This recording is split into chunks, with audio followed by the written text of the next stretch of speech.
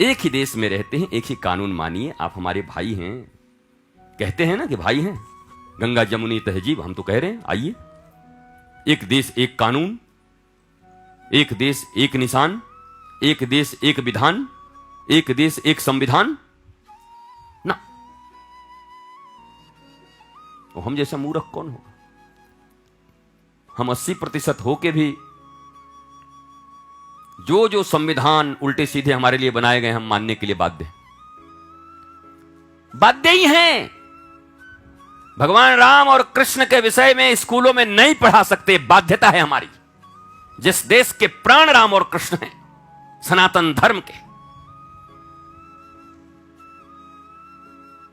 और वो धर्म के पढ़ाई के लिए उनको सब्सिडी मिल रही है, उनको पैसे मिल रहे हैं पढ़ाने के लिए। ये कौन सा देश है?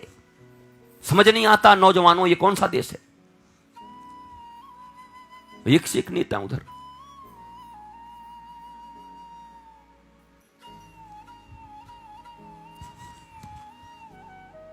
संविधान मानना चाहिए, हमको संविधान माने। और उधर कहें तो हमारे ऊपर आप आरोप नहीं लगा सकते, कुछ नहीं कह सकते। हमारे लिए सर्वोत्तम कुरान है, आप कहते हैं सर्वोत्तम कुरान है, तो हमारे लिए भी सर्वोत्तम श्रीमद् भागवत महापुराण है। आप क्यों नहीं मानते? ये हमारी दुर्भाग्य है कि हम 80% हैं।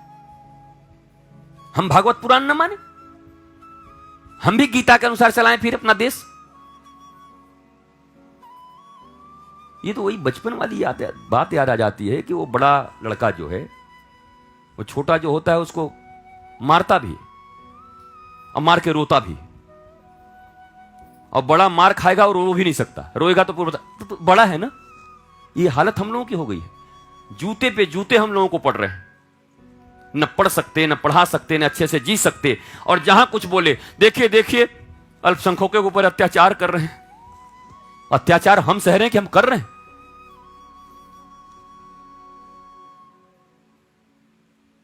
जिस देश के खून में राम और कृष्ण हैं, जहां अयोध्या, मथुरा, काशी, कांची, वहां रामायण नहीं पढ़ सकते, गीता नहीं पढ़ सकते स्कूलों में बच्चे। इनके जहन में बचपन से अकबर, बाबर, हुमायूं, औरंगजेब, जहांगीर ये भरा जाता है। अकबर दी ग्रेट, काय का ग्रेट होगा वो? किस बात का ग्रेट है वो?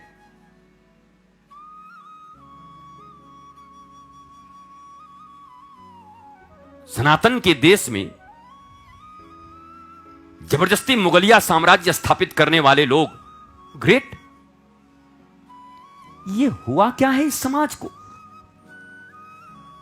ये कोमा में क्यों है ये समाज, सनातन समाज?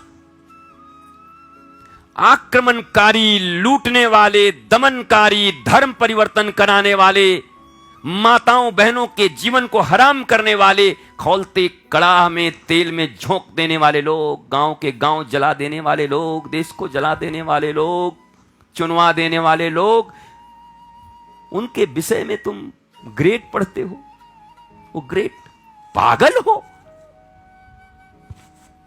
न जाने 70 साल से कैसी सरकार चल रही थी इस देश में,